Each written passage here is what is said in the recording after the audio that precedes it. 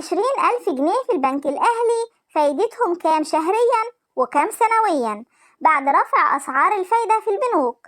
تعالوا بينا نشوف التفاصيل. السلام عليكم ورحمة الله وبركاته. أهلا بيكم أهم المتابعين في القناة. ازيكم عاملين ايه؟ يا رب دايما تكونوا بخير وكل سنة وانتم طيبين، ويا رب تكون أيام سعيدة علينا وعليكم كلكم. واللي شايف انه بيستفاد معايا في القناة فضلا وليس أمرا ينزل ويشترك ويفعل الجرس عشان يجيله إشعار بكل فيديوهاتنا الجديدة. فيديوهاتنا كلها عن البنوك وأسعار الفايدة، أخبارنا كلها جديدة، معلوماتنا موثوق فيها ودايما صحيحة وسبق الأحداث. اعمل لايك للفيديو عشان تدعمني وعشان يوصل للكل. ويلا بينا نشوف الخبر اللي معانا النهاردة. الفترة دي في القناة هنحسب جميع الشهادات اللي بيتم إصدارها في جميع البنوك بأعلى العوائد وكيفية ربطها، وكمان هنحسب جميع الاستثمارات في جميع البنوك سواء من حسابات توفير أو ودائع أو أذون خزانة أو شهادات استثمار.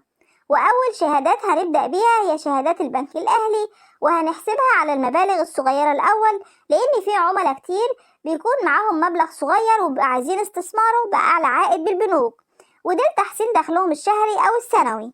هنحسبها على 20,000 جنيه، ولو انت معاك مبلغ تاني هتحسبها بنفس الطريقة على اختلاف المبلغ. تعالوا الأول نحسبها على الشهادة اللي هي بعائد سنوي.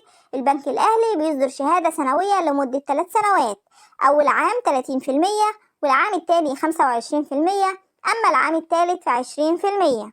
يبقى 20,000 جنيه في 30% هتحصل على 6,000 جنيه سنوي، وتاني عام 20,000 جنيه في 25% هتحصل على 5,000 جنيه في نهاية العام. يبقى المبلغ بالكامل 25,000 جنيه في تاني عام. أما العام التالت 20,000 جنيه في 20%، فهيدينا 4,000 جنيه في نهاية العام. وبكده في نهاية ال3 سنوات هيكون معاك 15,000 جنيه فايدة. يبقى المبلغ 20,000 جنيه هيوصلوا في نهاية ال3 سنوات ل35,000 جنيه. أما الشهادة الشهرية في البنك الأهلي لو عايز عائد شهري، فأول عام الفايدة بيكون 26%، وتاني عام 22%، أما العام التالت فبيكون 18%. يبقى أول عام 20,000 جنيه في 26% هيدينا 5,200 جنيه سنوي. هنقسمهم على 12 شهر هيدينا 433 جنيه شهري. أما تاني عام فهنضرب 20,000 جنيه في 22% هيديني 4,400 جنيه سنوي. هنقسمهم على 12 شهر هيدينا 366 جنيه شهري.